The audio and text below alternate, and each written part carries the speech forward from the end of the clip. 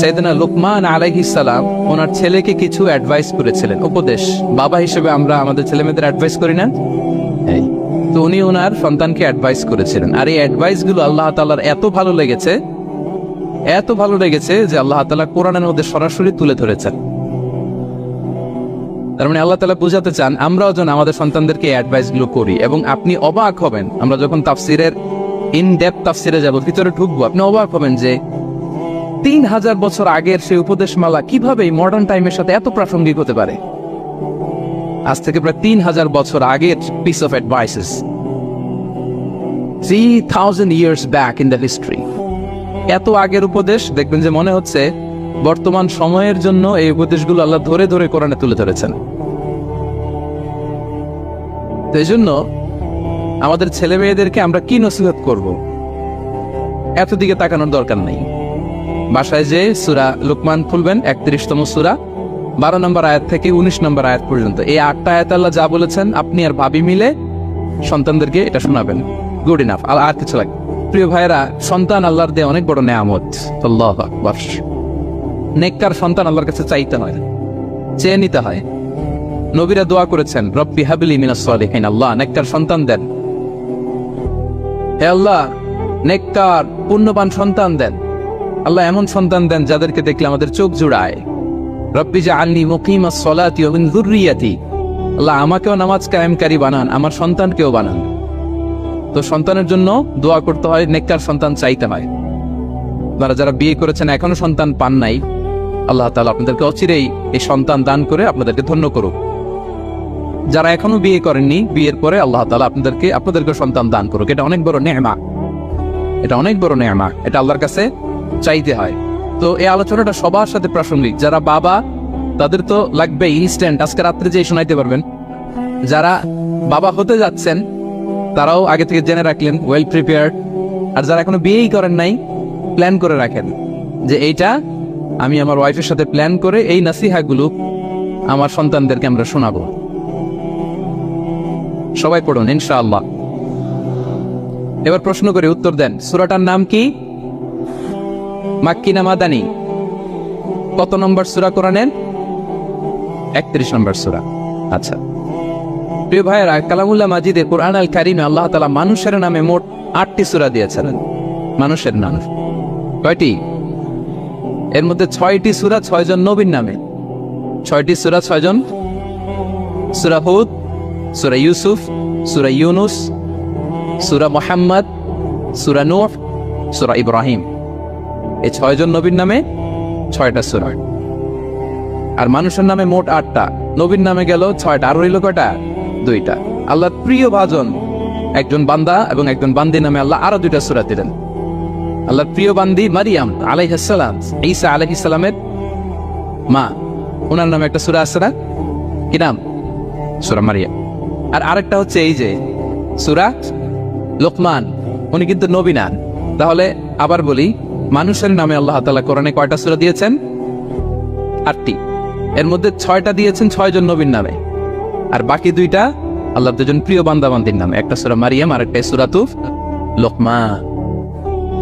তো আমরা শুরুতেই জানবো যে এই লুকমান কে ছিলেন? তিনি লুকমান আলাইহিস সালাম আল্লাহর প্রিয় ভাজন একজন ব্যক্তি ছিলেন, খুব বিজ্ঞ একজন মানুষ ছিলেন, খুব জ্ঞানী প্রাজ্ঞ একজন ব্যক্তিত্ব ছিলেন। দেখতে উনি কালো ছিলেন, কুৎসিত। চামড়াটা কি ছিল? কালো, ব্ল্যাক। তার মানে ব্ল্যাক হইলেই কাউকে ছোট করা যাবে না। কাজী নজরুল বড় সুন্দর লিখেছেন, কালো আর ধলো বাহিরে কেবল, ভিতরে সবাই সমান রাঙ্গা। কেটে দিলে রক্তের রং, যে কালো রঙের তার রক্ত, যে ধবধবে সাদা তার রক্ত লাল। তাহলে ব্ল্যাক হইলেই কাউকে ছোট করা চলবে না। সাইয়েদনা লুকমান আল হাকিম কুৎসিত বর্ণের একজন মানুষ ছিলেন, খাটো একজন মানুষ ছিলেন। কোথায় থাকতেন? মিশর, সুদান, ইথিওপিয়া, যেটা আগের নাম ছিল হাবাসা, এই রিজিয়নে। কেউ কেউ বলেছেন মিশরের কোন একটা এলাকায়, কেউ সুদান, কেউ ইথিওপিয়া। রিজিয়নটা কাছাকাছি। কি করতেন? কোন মুফাসসির বলেন তিনি দর্জি ছিলেন, দর্জি। কেউ কেউ বলেন তিনি ছিলেন কানা নাজ্জার, নাজ্জার মানে কাঠমিস্ত্রি ছিলেন। আবার কোন মুফাসসির বলেন তিনি ছিলেন রাইল গানাম, মেষ পালক। হ্যাঁ, বেশিরভাগ তাফসিরে এসেছে তিনি মেষ পালক ছিলেন, ছাগল চড়াতেন, যেটা নবীদের পেশা ছিল, দায়িত্ব ছিল, ওনারা ছাগল চড়াতেন শুরুর দিকে। তো লোকমান হাকিম তিনিও ছাগল চড়াতেন এবং তিনি দাস ছিলেন, মুক্ত জীবন তার ছিল না। তিনি একজন মনিবের আন্ডারে তার ছাগলগুলো মরুভূমিতে যেয়ে কি করতেন, চড়াতেন। মজার ব্যাপার হচ্ছে সারা দুপুর, সারা বিকেল, সারা দিন ছাগল চড়িয়ে আসার পরে লোকমান যখন বাসায় ফিরে আসতো, তখন এলাকার লোকজন সবাই লোকমানের কাছে জড়ো হতো, আর উনি তাদেরকে তার প্রজ্ঞা, তার বিজ্ঞচিত কথাগুলো শেয়ার করতেন, শোনাতেন, এগুলো বলতেন।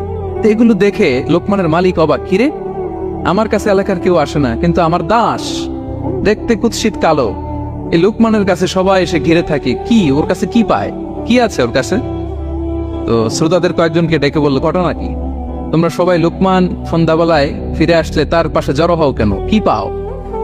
তো তারা বললো, আপনার দাস লোকমান, এটা সে সাধারণ কোনো মানুষ নয়, সে অসাধারণ মানুষ। সে এমন কথা বলে এগুলো শুনলে জীবন পাল্টে যায়। সুবহানাল্লাহ। মালিক বলে, ঘটনা কি? আমি ওর মালিক, কই কোনোদিন তো এরকম ওর সাথে কোনো কনভারসেশনে যাই নাই, কথা হয় না, আমি তো শুনি নাই, দেখি আজকে চেক করে দেখি কি ওর এত বিজ্ঞতা, এত জ্ঞান, এত প্রাজ্ঞতা কিসের দেখি।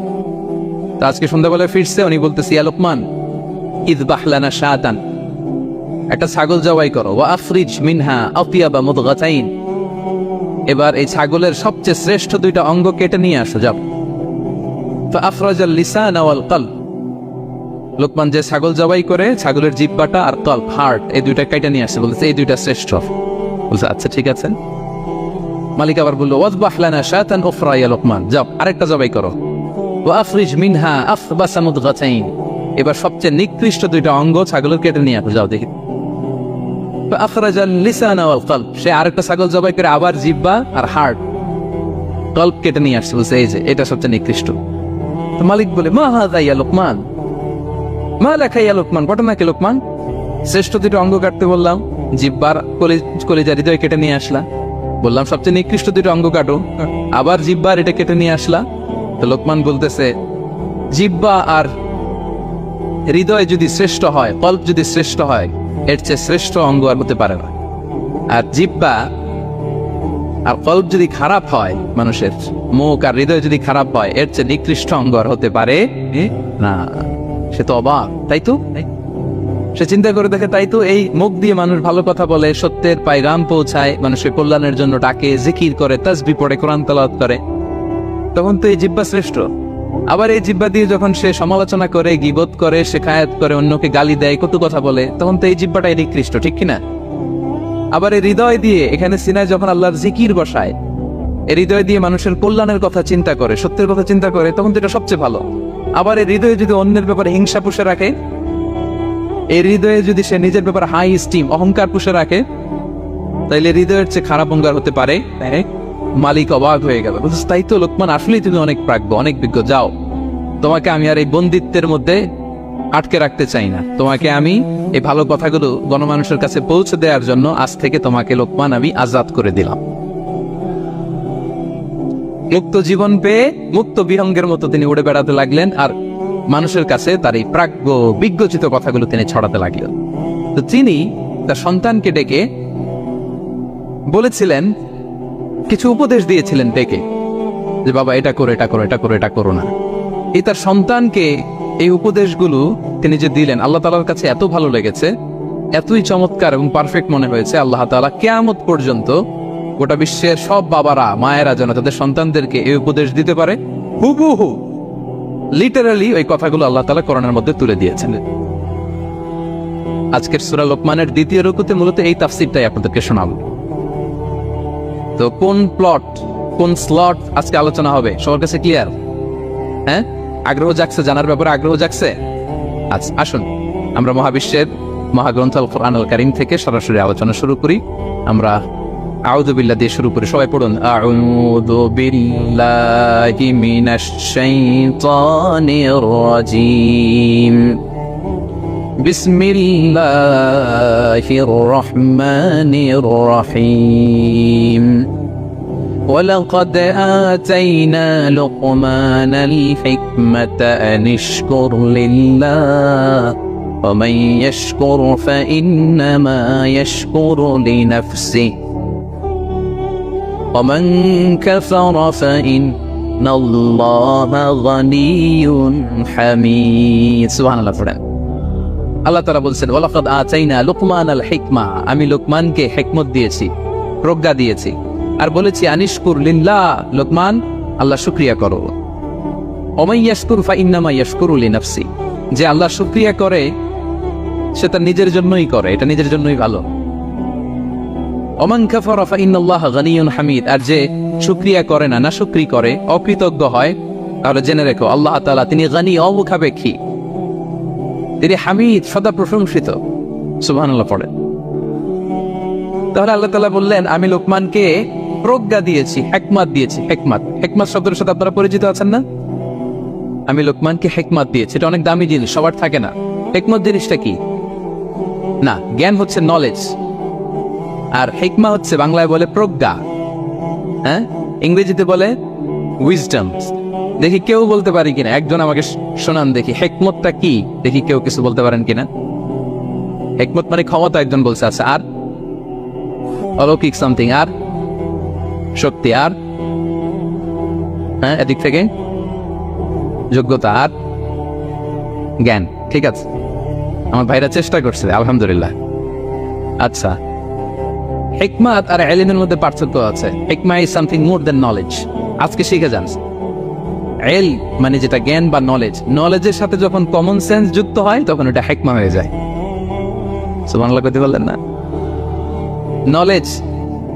নলেজ আর common sense I repeat knowledge আর কমন সেন্স ইকুয়াল টু হিকমা বা উইজডম শুধু জ্ঞান থাকলেই হয় না জ্ঞানটা কিভাবে আপনি অ্যাপ্রোচ করবেন প্রচার করবেন প্রেজেন্টেশন করবেন উপস্থাপন করবেন এটা জানার দরকার আছে না নাই অনেকের অনেক জ্ঞান আছে কিন্তু কিভাবে বলতে হয় কতটুকু বলতে হয় এটা জানে না তাই না তাহলে জ্ঞানকে কাজে লাগানোর যে মেকানিজম যে কর্মকৌশল এটার নাম হিকমা আল্লাহ বলেছেন হিকমতের সাথে দাওয়াত দাও উদউ ইলা সাবিলি রাব্বিকা বিল হিকমা হিকমতের সাথে দাওয়াত দাও নামাজ পড়া ফরজ সবাই জানি না আমরা এটাকে বলে ইলম কিন্তু নামাজটা কিভাবে পড়তে হয় রুকু কেমনে দিতে হয় সেজদা কেমনে করতে হয় সালাম ফিরে কিভাবে এটা এক্সিট করতে হয় এই পুরো মেকানিজমটা জানার নাম হিকমা তাহলে knowledge plus common sense equal to হিকমা জ্ঞান আর কমন সেন্স একসাথে যদি হয় এটা উইজডম বা প্রজ্ঞা হিসেবে রিফ্লেক্ট করে বুঝতে পারছেন আল্লাহ বললেন আমি লোকমানকে প্রজ্ঞা দিয়েছি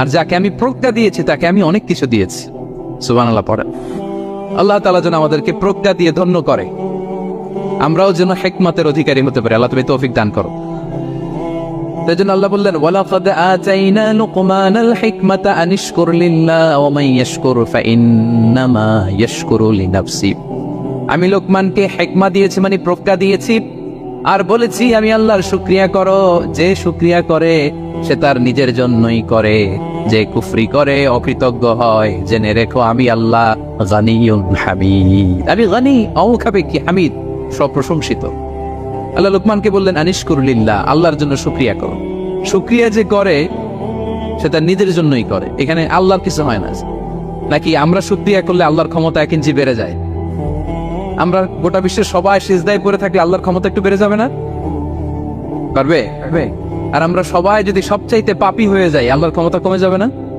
কমবে তাহলে লাভ লস আল্লাহর কিছু নাই লাভ লস সব কাদের আওয়াজ করে সবাই বলুন লাভ লস কাদের শুকরিয়া করলে আমাদের লাভ লা ইন শাকারতুম লা আযীদান্নাকুম ওয়া লা ইন কাফারতুম ইন্না আযাবি লাশাদীদ আল্লাহ বলেন যদি তোমরা শুকরিয়া করো নেয়ামত বাড়িয়ে দেব আর যদি কুফরি করো জেনে রেখো আমার আযাব আমার পানিশমেন্ট আমার শাস্তি বড় কড়া আমি আল্লাহ সব সময় ধরি না ধরলে ছাড়ি না ঠিক কি না ধরে না ধরলে আল্লাহ ছাড়ে না শুকরিয়া করলে তিনি বাড়াতে থাকে দিতেই থাকে শুকরিয়া করবেন তো পাবেন নিয়ামতের শুকরিয়া করবেন তো পাবেন তো শুকরিয়া করলে আমাদের লাভ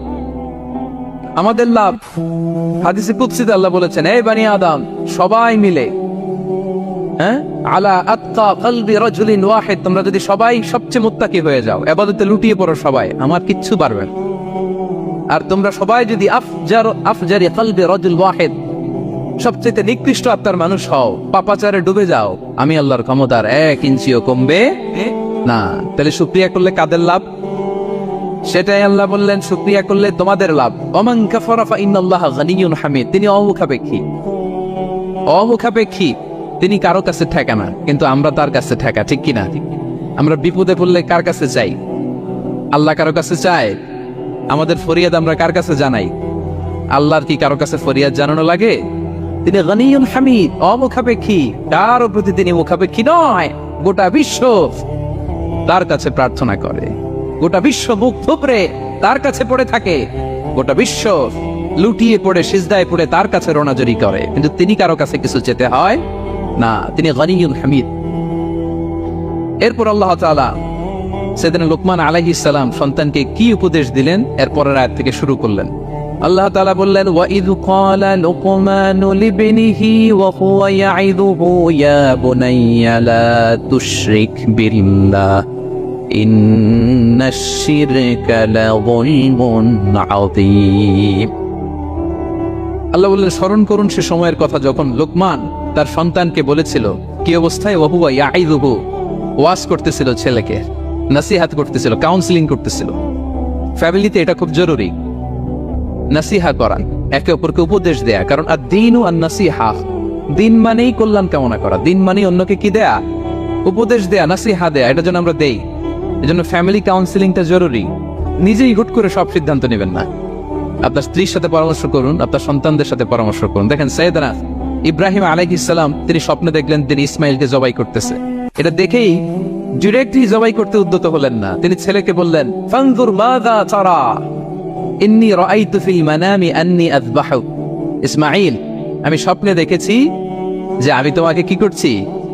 জবাই করছি। ফানজুর মাযা তারা, what's your opinion about it, what do you think about it. এবার বলো তোমার অপিনিয়ন কি, তুমি কি ভাবছো? আমি দেখেছি তোমাকে জবাই করছি, তোমার অপিনিয়ন বলো। দেখেন, যেমন বাবা তেমন ছেলে, বাপ কা বেটা সিপাহী কা ঘোড়া কুছ না হতো থোড়া থোড়া, সুবহানাল্লাহ বিহামদি। যেমন বাবা তেমন ছেলে। ছেলে বলে, ইয়া আবাতি ফাআল মা তুমার, বাবা আপনি যা দেখেছেন তাই করেন। সাতাজিদুনি ইনশাআল্লাহু মিনাস সাবিরিন, আপনি অচিরে আমাকে ধৈর্যশীলদের অন্তর্ভুক্ত পাবেন। আল্লাহু আকবার। বাবা আপনি ভয় পাবেন না, বিচলিত হবেন না, আমার কারণে আপনি আল্লাহর কাছে লজ্জিত হবেন না, আপনি যেমনটি দেখেছেন তেমনটি করুন, ভয় পাবেন না, অচিরেই আপনি আমাকে ধৈর্যশীলদের অন্তর্ভুক্ত পাবে। যেমন বাবা তেমন ছেলে, ঠিক তেমন রেসপন্স, ঠিক তেমন উত্তর। সাথে সাথে বললেন, বাবা আপনি ভয় পাবেন না, করুন। তো দেখেন, আল্লাহর নবী ইব্রাহিম আলাইহিস সালাম স্বপ্নে যেটা দেখেছেন আল্লাহর পক্ষ থেকে এসেছে, চাইলেই তো ছুরি চালাতে পারতেন, চালিয়েছেন? কি করছেন? পরামর্শ করেছেন, কাউন্সেলিং করেছেন। ফ্যামিলি কাউন্সেলিংটা খুবই জরুরি। This is the first and foremost reminder tonight. আজকের তাফসীর থেকে প্রথম রিমাইন্ডার এটা, যে বাসায় আমরা কাউন্সেলিং করব, বড় কোনো সিদ্ধান্ত নিতে গেলে পরামর্শ করব, যেমনটি নবী আলাইহিস সালাম ওনারা করেছেন, ঠিক কিনা?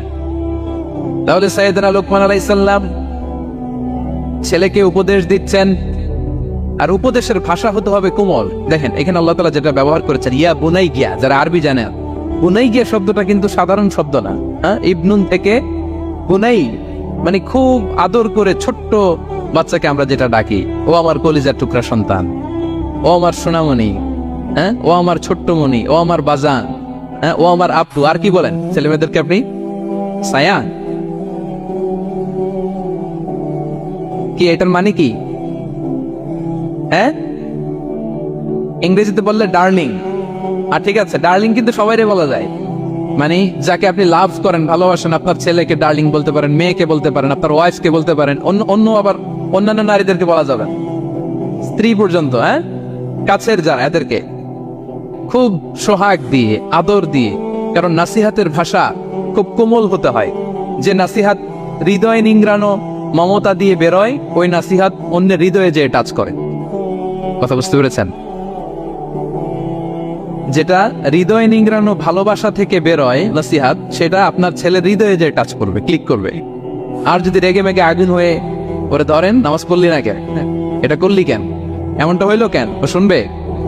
শুনবে না, বিগড়ে যাবে। দেখেন সাইয়েদনা মূসা আলাইহিস সালাম এবং সাইয়েদনা হারুন আলাইহিস সালাম দুজন মিলে যখন ফেরাউনকে দাওয়াত দিতে যাবেন, আল্লাহ বললেন, মূসা তোমার মেজাজ কিন্তু গরম, এই গরম মেজাজ নিয়ে ফেরাউনের দাওয়াত দিলে হবে?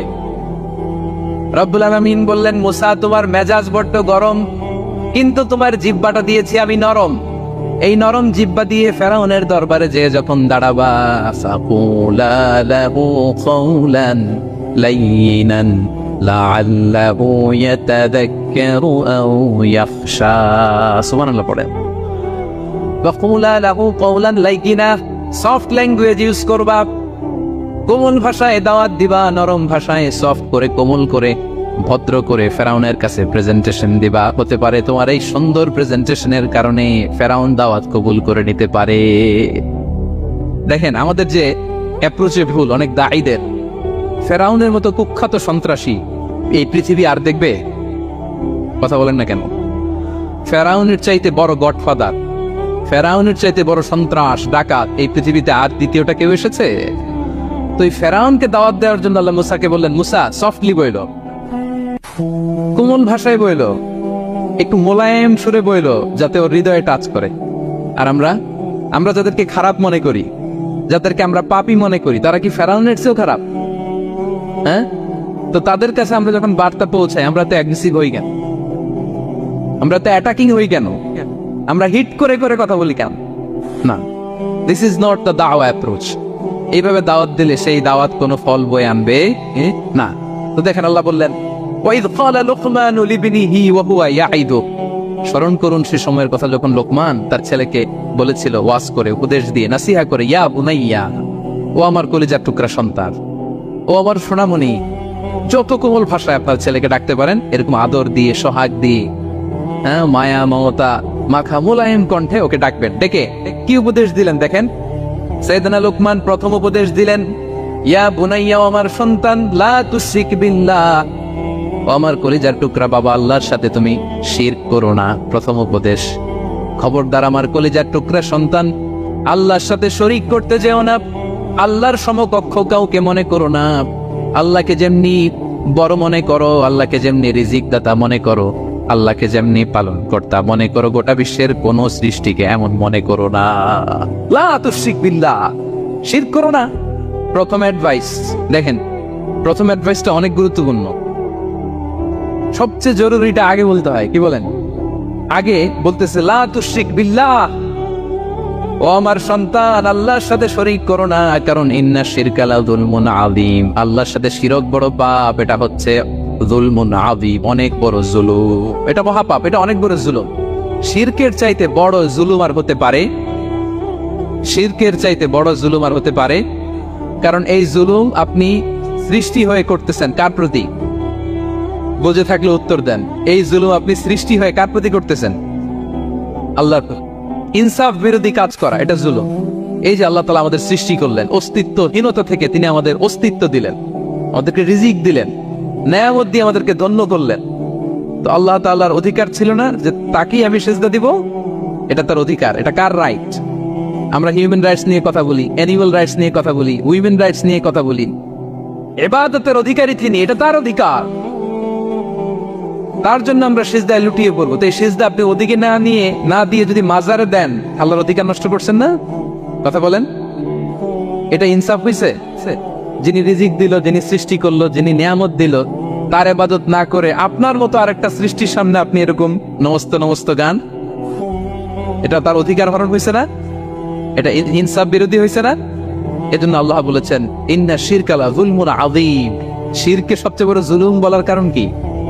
কারণ আপনি সৃষ্টি হয়ে স্রষ্টার উপর জুলুম করেছেন। এর চেয়ে বড় জুলুম আর হতে পারে? এজন্য সাইয়েদনা লুকমান আলাইহিস সালাম বললেন, ইয়া বুনাইয়া লা তুশরিক বিল্লাহ, ও আমার কলিজার টুকরা সন্তান, খবরদার খবরদার, কশিন কালে আল্লাহর সাথে শিরক করবে না। কারণ শিরক হলো সবচাইতে বড় জুলুম, সবচেয়ে বড় পাপ, সব পাপের বাপ, এর নাম হচ্ছে শিরক। এর চেয়ে বড় পাপ হতে পারে? পাপের জগতে যদি র্যাঙ্কিং করেন, নাম্বার 1 সবাই নাম্বার 1। আল্লাহ সব মাফ করে দেয়, সব গুনাহ তিনি ক্ষমা করে দেয়, সব পাপকে তিনি চাইলেই মোচন করে দিতে পারেন, শুধুমাত্র কেবলমাত্র শিরকের গুনাহ ছাড়া। ঠিক কিনা? ইন্নাল্লাহা লা ইয়াগফিরু আন ইউশরাকা বিহি ওয়া ইয়াগফিরু মা দুনা যালিকা লিমান ইয়াশা। আল্লাহ তাআলা চাইলে সব গুনাহ তোমার ক্ষমা করে দিতে পারেন, কেবলমাত্র শিরকের গুনাহ ছাড়া। এটা ক্ষমা করে না, কারণ এইটা আল্লাহকে অপমান করার শামিল। যে আল্লাহ আপনার জীবন দিলেন, রিজিক দিলেন, সব দিলেন, গোটা জগৎটাই তো তা, সব দেওয়ার পরেও সিজদা যে আপনি কোথায় দেন?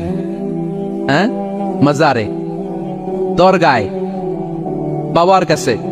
এরকম আছে না নাই? হ্যাঁ, আমাদের এখানে কেউ নাই। হ্যাঁ, দেশে গেলে এরকম মাজারে যে মানত টানত করেন নাকি? হ্যাঁ, মানত করেন? মাজারে সিজদা দেওয়া যাবে? চাইতে হবে একটা সত্তার কাছে। চিল্লায় বলুন তো তিনি কে?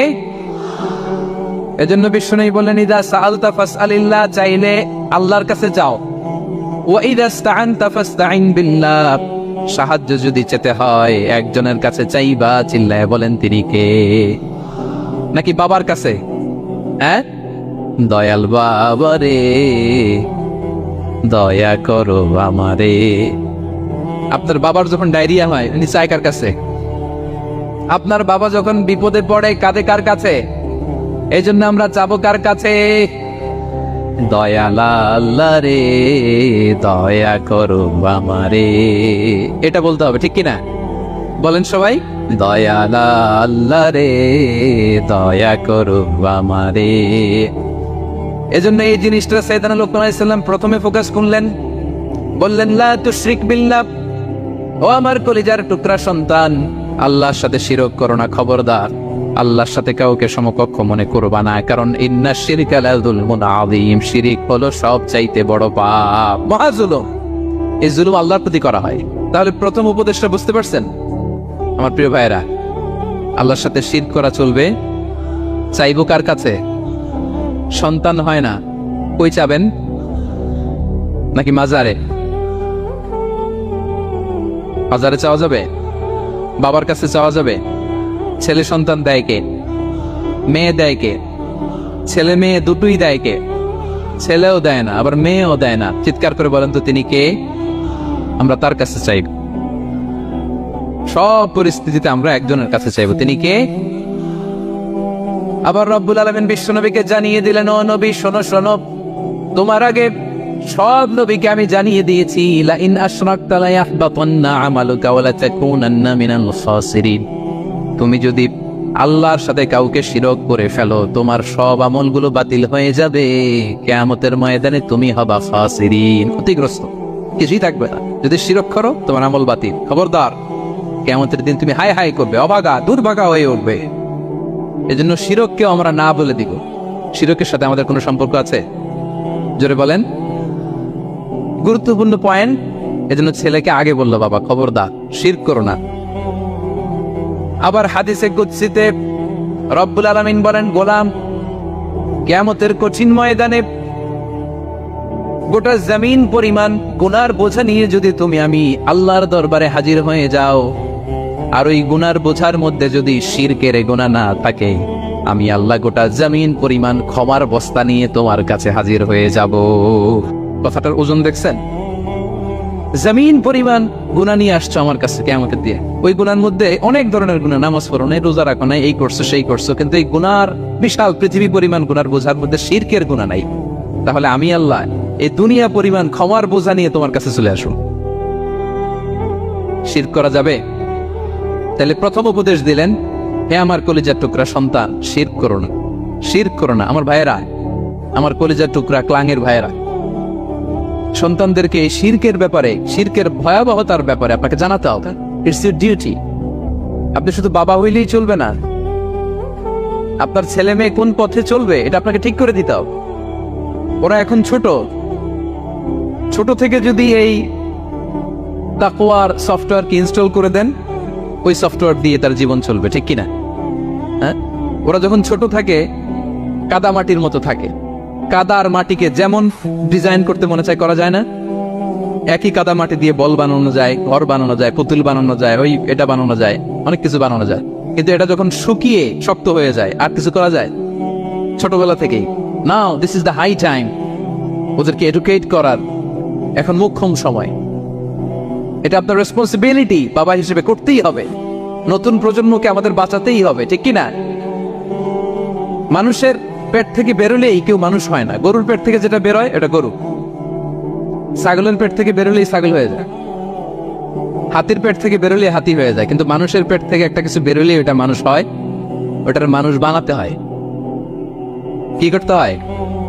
মানুষ বানাতে হয়। গরুকে কেউ কোনোদিন বলে না তুই গরুর মতন গরু হ। ছাগলরে কেউ কোনোদিন কইছে যে তুই ছাগলের মতো ছাগল হ, কিন্তু এই মানুষকেই বলা হয় তুমি মানুষের মতো মানুষ হও, মানুষের মতো মানুষ হও। মানুষের মতো মানুষের বড্ড অভাব, ঠিক কিনা? তা আমাদের ছেলেমেয়েরা মানুষের মতো মানুষ হোক, আমরা চাই কি চাই না? এই উপদেশগুলো আমাদের দিতে হবে, ওদেরকে জানাতে হবে। ছোট্ট মানুষ অনেক কিছুই বোঝে না, ওদেরকে কোনটা সত্যবাদিতা, কোনটা ন্যায়পরায়ণতা, কোনটা আমানতদারিতা, কোনটা চুরি ধরে ধরে বোঝাতে হয়। আমাদের ছোট্ট সোনামণিরা দেখবেন ছোটবেলায় ওই ছোট অবস্থায় যারা থাকে, ছোট স্কুলে যায়, স্কুলে যে আরেকজনের পেন্সিল ব্যাগে করে নিয়ে আসে দেখবেন। মানে ওরে দিচ্ছেন আপনি ব্লু কালারের, ওর এটা ভালো লাগে নাই, ওর ভালো লাগছে পিঙ্ক কালারের একটা, তো আরেকজনের পিঙ্ক কালারের পেন্সিল ব্যাগে করে নিয়ে আসছে, রাবার নিয়ে আসছে। ও খারাপ মনে আনে নাই, কারণ ও জানে না, ও ভাবছে যেটা সুন্দর লাগে ওইটাই মনে হয় আমার। কিন্তু অন্যের জিনিস যে না বলে নিয়ে আসলে এটাতে চুরি বলে, ওইটা জানেই না। তো এগুলো ওদেরকে জানানোর শিখানোর দরকার আছে না নাই? নাই। দায়িত্বটা কার? বাবা মায়ের। আমার প্রিয় ভাইয়েরা, সন্তানদেরকে যেন আমরা গাইড করি, ইনস্ট্রাক্ট করি, আমরা যেন ওদেরকে শিখাই কোনটা সত্য কোনটা মিথ্যা। এখন তো এই যে সোশ্যাল মিডিয়ার যুগ, এটা ছাড়া খেতেই চায় না, তাই না? ঘুমাতেই চায় না। সে কি দেখে এটা আপনার জানতে হবে।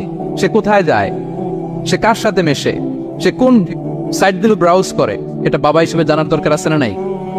প্যারেন্টিং কন্ট্রোলের একটা ব্যবস্থাপনা আছে, আপনি কন্ট্রোল করে দিতে পারবেন। আপনি সাইন করে দিবেন ইউটিউবে আপনার জিমেইল দিয়ে, ও কি দেখে আপনি সব চেক করতে পারবেন হিস্ট্রিতে।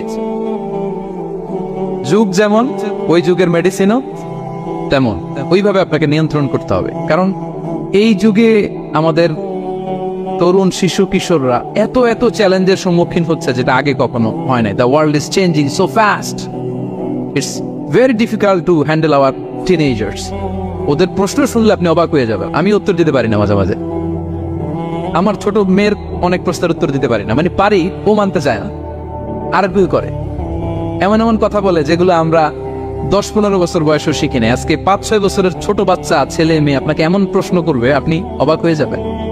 এজন্য ছোটবেলা থেকেই ওদের মন মস্তিষ্কের ভেতরে এই ইসলামের শিক্ষাটা ঢুকাই দিতে হবে। আমার ভাইয়েরা, ইসলাম সেটাই চায়।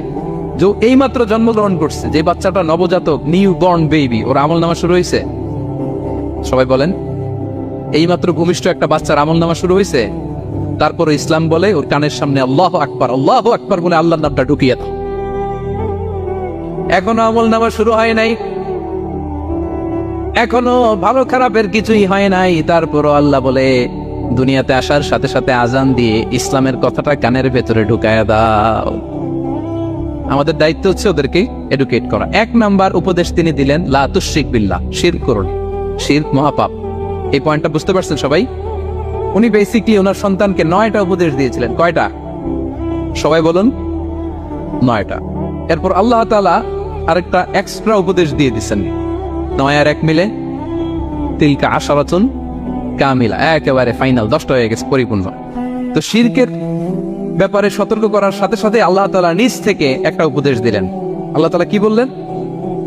রব্বুল আলামিন বললেন, ওয়াসাইনাল ইনসানা বিওয়ালিদাইহি হামালাতহু উম্মুহু ওয়াহানান আলা ওয়াহান ওয়াফিসালুহু ফি আমাইনি আনিশকুর লি ওয়া লিওয়ালিদাইকা ইলাইয়াল মাসির। সুবহানাল্লাহ পড়। আল্লাহ বললেন, ওয়াসাইনাল ইনসানা বিওয়ালিদাইহি, শিরকের কথা যখন লোকমান সন্তানকে জানালো, এবার আমি আল্লাহ পৃথিবীর মানুষগুলোরে জানিয়ে দিলাম, খবরদার খবরদার, মা বাবার সাথে কখনো খারাপ আচরণ করো না। ওয়াসাইনাল ইনসান, মানুষকে আমি ওসিয়ত করলাম, রেকমেন্ড করলাম, ভার্ডিক্ট জারি করে দিলাম, বিওয়ালিদাই, মা বাবার ব্যাপারে তাদের সাথে সদাচরণ করবে, মা বাবার সাথে খারাপ আচরণ করা যাবে জান্নাতে একটা দরজা আছে, নাম আল আব, বাবা, আর একটা আল মা। যারা বাবা মার সাথে ভালো আচরণ করছে তারা ওইটা দিয়ে ঢুকবে। সুবহানাল্লাহ পড়েন। এক লোক বললে, ইয়া রাসূলুল্লাহ, আমার মাকে কাঁধে করে কাবার চারদিকে ঘুরিয়েছি, তাওয়াফ করিয়েছি, প্রচন্ড রোদের মধ্যে আমার মাকে কাঁধে করে কাবার চারদিকে লাব্বাইক লাব্বাইক বলে অনেকবার ঘুরিয়েছি। ইয়া রাসূলুল্লাহ, আপনি আমাকে বলে দেন, ছোটবেলা যখন আমি আমার মায়ের বুকের দুধ খেয়েছি ওই দুধের শোধটুকু আদায় হয়েছে কিনা? বিষ্ণুই বললেন, কি প্রশ্ন করলা তুমি?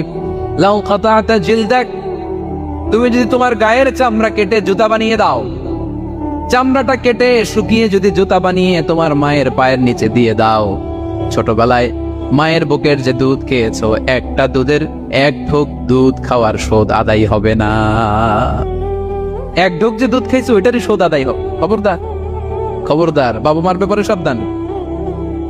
বিশেষ করে মায়ের সাথে দুজনের কথাই আল্লাহ প্রথমে বললেন, এরপরে বললেন বিশেষ করে মায়ের সাথে, কারণ হামালাতহু উম্মুহু, বাবা তোমারে পেটে ধরে নাই, পেটে ধরেছে কে? ওয়াহানান আলা ওয়াহান, 10 মাস 10 দিন বোঝার পরের বোঝা, যন্ত্রণার পরে যন্ত্রণা বাবা সহ্য করে নাই, করেছে কে? এত বড় একটা পেট হয়ে গেছিল, জানেন তো? হ্যাঁ, আল্লাহ। এই পেটটা নিয়ে বারবার কিচেনে যাওয়া লাগছে, এটা নিয়ে টয়লেট করে, এটা নিয়ে গোসল করে, ঘুমাতে পারে না, শুইলে উঠতে পারে না, উঠলে বসতে পারে না। একদিন 2 দিন, 1 সপ্তাহ 2 সপ্তাহ, 10 মাস 10 দিন আমার মাকে এই কষ্ট দিয়েছে। মায়ের কলিজার মাঝখানে লাথি মেরে দুনিয়াতে এসেছে। এরপর আল্লাহ বললেন, ওয়া ফিসালুহু ফি আমাইন, এখানেই শেষ নয়, দুধ ছাড়াতে লেগেছে 2 বছর।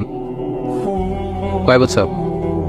ওগো মা, তুমি এই ধরনের শ্রেষ্ঠ নেয়ামত, তোমারই পদ তলে রয়েছে জান্নাত। ওগো মা, তুমি এই ধরনের শ্রেষ্ঠ নেয়ামত, তোমারই পদ তলে রয়েছে জান্নাত। ঠিক কিনা? দেখেন আল্লাহ মর্যাদা কোথায় বাড়ালো। আমাদের দুনিয়ার পুরুষ মানুষদের পায়ের নিচে থাকে জুতা, জুতার নিচে বালু, কার্পেট কিংবা ফ্লোর। আর আল্লাহ বলে, দুনিয়ার এক একটা মায়ের পায়ের নিচে আমি জান্নাত দিয়ে রেখেছি। এই পৃথিবীটারে 100 বার বিক্রি করলে জান্নাতের একটা চেয়ারের দাম হবে? বুঝে শুনে উত্তর দিবে। এই পৃথিবীটাকে, পৃথিবীর যে সম্পদ, এটা এস্টিমেশন করে, হ্যাঁ, 1000 বার বিক্রি করলে যে দামটা হবে, ওই দাম দিয়ে জান্নাতের একটা চেয়ারের দাম হবে? এই পৃথিবীরে 10,000 কোটি বার বিক্রি করলে যেই অ্যাসেট হবে, যে অ্যামাউন্ট হবে, ভ্যালিউ হবে, ওই দাম দিয়ে জান্নাতের একটা টেবিলের দাম হবে? আর যেই জান্নাত, পুরো জান্নাতটা মায়ের পায়ের নিচে পড়ে আছে, ওই পা দুইটার দাম কত? সুবহানাল্লাহ পড়বেন না? মা বাবার দোয়া অনেক বড় দোয়া। কখনো যেন আমরা বেয়াদবি না করি, কখনো যেন তাদের মনে কষ্ট না দেই, সবসময় যেন তাদের কাছ থেকে দোয়া নেই। পারা যাবে? এটা আল্লাহ তাআলা ঢুকিয়ে দিলেন। তাহলে সাইয়েদনা লোকমান প্রথমে বলল, বাবা শিরক করো না। এরপরে রব্বুল আলামিন বললেন, শিরকের পরে তোমাদের সব চাইতে বড় দায়িত্ব, যে বাবা মা তোমাদের জন্য এত কষ্ট করেছে, তাদের সাথে খারাপ আচরণ করো না। 2টা হয়ে গেল। কয়টা? আওয়াজ করে বলেন কয়টা? 3 নম্বরে সাইয়েদনা লোকমান আলাইহিস সালাম ছেলেকে বললেন, ইয়া বুনাইয়া ইন্নাহা ইন তাকু মিসকালা হাববাতিন মিন খারদালিন ফাতাকুন ফি সাখরাতিন আও ফিস সামাওয়াতি আও ফিল আরদি ইয়াতি বিহা আল্লাহ ইন্নাল্লাহা লাতীফুন খাবীর। 3 নম্বরে সাইয়েদনা লোকমান বললেন, বাবা সরিষার দানা পরিমাণ কোনো ভালো কাজ যদি তুমি করো, কিংবা খারাপ কাজ যদি তুমি করো, সেটা যদি মাউন্ট এভারেস্টের উপরে উঠে করো, কোনো খারাপ কাজ, আও ফিস সামাওয়াতি মহাশূন্যে যে যদি করো, আও ফিল আরদে জমিনের অতল গহ্বরে কোনো সুড়ঙ্গ বানিয়ে সেখানেও যে যদি কোনো পাপ করো, ইয়াতি বিহাল্লাহ, সেটাও আল্লাহ নিয়ে আসবে। কোনো পাপ বা কোনো ভালো কাজ আকাশে উঠে, পাহাড়ে উঠে, কিংবা সুড়ঙ্গ করে জমিনের ভিতরে ঢুকেও যদি করো, কিয়ামতের দিন আমলনামায় সেটা দেখতে পাবো। সুবহানাল্লাহ পড়বেন না? কারণ ইন্নাল্লাহা লাতীফুন খাবীর, তিনি হলেন লতীফ, সূক্ষ্মদর্শী। যত ছোট কাজই করো না কেন, তার চোখে ফাঁকি দেয়া যায়? তার মানে 3 নাম্বার উপদেশে সাইয়েদনা লোকমান তার ছেলেকে আল্লাহর শক্তি, আল্লাহর ক্ষমতার ব্যাপারে একটা ধারণা দিচ্ছেন। নিজের ছেলেকে তার রবকে চিনাইতে হবে। আমাদের রবকে আমাদের চিনার দরকার আছে না নাই? ছেলেকে বোঝাবেন, বাবা ওই যে তুমি মসজিদে আমার সাথে যে সেজদা দাও, কারে দাও জানো? তিনি কত বড়, তিনি কত বিশাল ক্ষমতার অধিকারী। তুমি সামান্য কোনো ভালো কাজ কিংবা খারাপ কাজ এটা যদি মহাশূন্যে উঠেও করো, পাহাড়ের চূড়ায় গিয়েও যদি করো, জমিনকে ফেড়ে সুরঙ্গের ভেতরে ঢুকেও যদি করো, তার চোখকে কোশ্চিন কালেও ফাঁকি দেয়া যাবে। তার মানে 3 নম্বরে আল্লাহর ধারণার ব্যাপারে, শক্তির ব্যাপারে, ক্ষমতার ব্যাপারে, আল্লাহ তাআলার অথরিটির ব্যাপারে, ক্যাপাসিটির ব্যাপারে একটা স্বচ্ছ ধারণা দিয়ে দিল। তুমি জানো নাকি কোন রবের ইবাদত তুমি করো? গোটা দুনিয়ার সবার চোখকে ফাঁকি দেয়া গেল, আল্লাহর চোখকে কোশ্চিন কালেও ফাঁকি দেয়া যায় না, ঠিক কি না? এই পৃথিবীতে সবার চোখকে ফাঁকি দেয়া যায় কি যায় না? পুলিশের চোখ, সিকিউরিটির চোখ, বিমানবন্দরে কাস্টমস অফিসারের যে অফিসার থাকে তাদের চোখ, বিভিন্ন জায়গায় বড় বড় যে সিসি ক্যামেরা থাকে, এগুলো ফাঁকি দেয়া যায়। ফাঁকি দেয়া যায় না একজনের চোখ। আওয়াজ করে বলেন তো তিনি কে? ফাঁকি দেওয়া যায়? আচ্ছা বলেন, এই ছোটবেলা থেকেই এই সেন্সেশন, এই অনুভূতি যদি, এই অনুভূতির সফটওয়্যার যদি আপনার ছেলের মাথায় ঢুকায় দেন, এই ছেলে কোনোদিন দুর্নীতি করবে? খাদ্যে ভেজাল দিবে? মাছে ফরমালিন দিবে? প্রতিবেশীকে কষ্ট দিবে? অনিয়ম করবে? অন্যের অধিকার হরণ করবে না। ছোটবেলা থেকেই তার রবকে চিনাই দিতে হবে, রবকে চিনাই দিতে হবে। 3 নম্বরে ছেলেকে তিনি বললেন, বাবা অতি ক্ষুদ্র ভালো কাজ কিংবা খারাপ কাজ যেখানেই করো না কেন, কিয়ামতের দিন সেটা তুমি দেখবা। তার মানে তখন থেকে সে বুঝবে, আমি যাই করি না কেন, ভালো করলে এটার একটা প্রতিদান, একটা রিওয়ার্ড আমি পাবো কিনা। আর খারাপ যদি করি, এটা শাস্তি আমাকে ভোগ করতেই হবে। আল্লাহর সুপ্রিম কোর্টের কাজ করে আমাকে দাঁড়াতেই হবে। নিক্তি পাল্লা, মাওয়াজিনুল কিসত, ন্যায়ের মানদণ্ড আল্লাহ সেদিন স্থাপন করবেন। আমরা যেটা মিজানের পাল্লা বলি, এটা মূলত ন্যায়ের মানদণ্ড। সামান্য ক্ষুদ্রাতি ক্ষুদ্র জিনিস দিলেও ওইখানে টের পাওয়া যায়। সুবহানাল্লাহ পড়েন। আচ্ছা, আমরা যে চাল কিনি, ডাল কিনি, ধরেন 10 কেজি চালের একটা বস্তা কিনছি, দেখবেন যে অনেক সময় মাপটা একুরেট হয় না। 10 কেজির যে হয়তো একটু বেশি অথবা হয়তো একটু কম, এরকম হয় না অনেক সময়?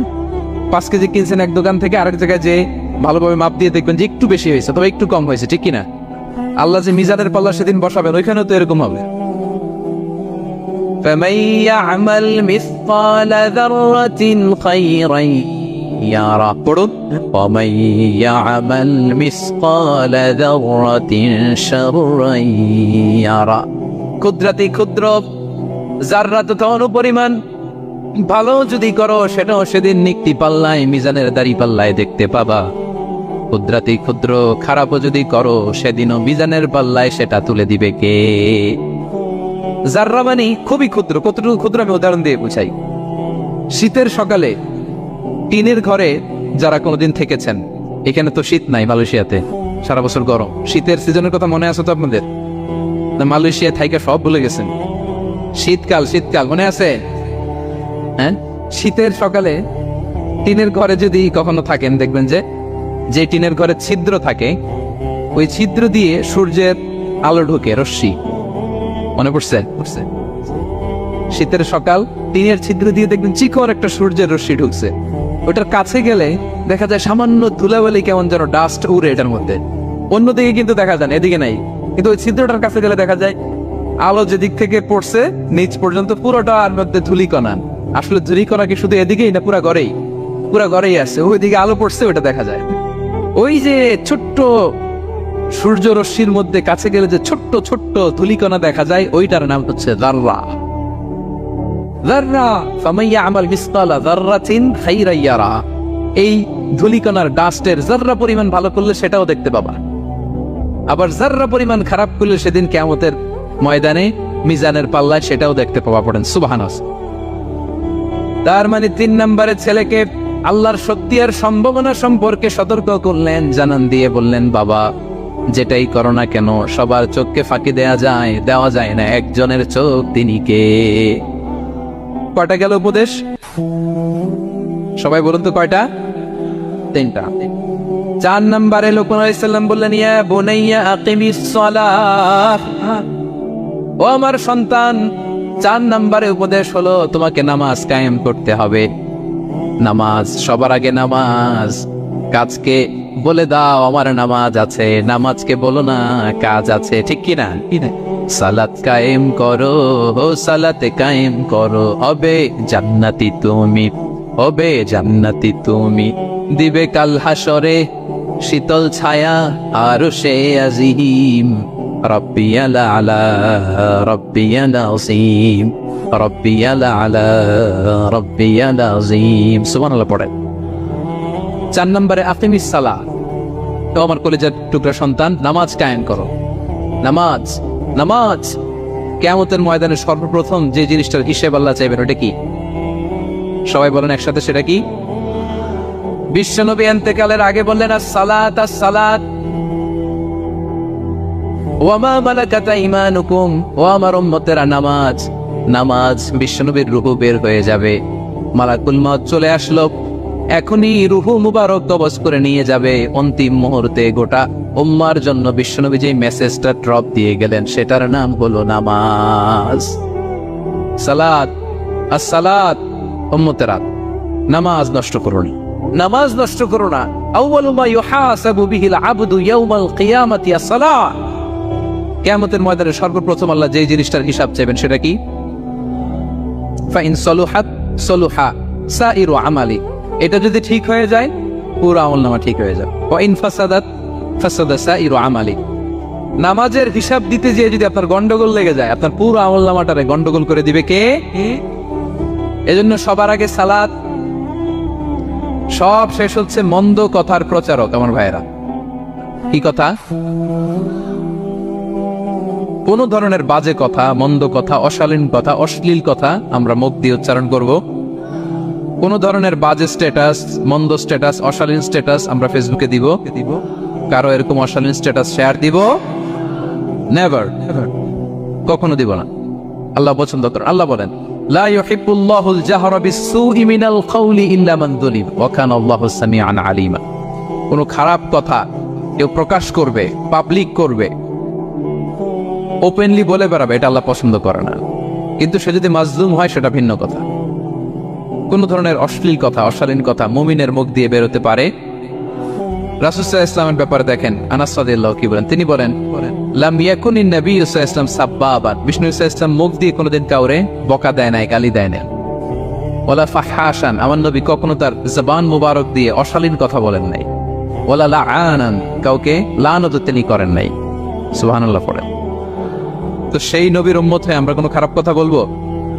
অশালীন কথা? একসাথে বন্ধুরা যখন বসেন আড্ডা দিতে, যে অনেক অশ্লীল কথা বলে ফেলে, আছে না নাই? বন্ধুরা কি বলেন আপনারা? Cowan Cowan Cowan. তো এই যে একসাথে বসতে যে অনেক সময় অশালীন অশ্লীল কথাবার্তা অনেকে বলে ফেলে, এদেরকে আল্লাহ তাআলা পছন্দ করে না।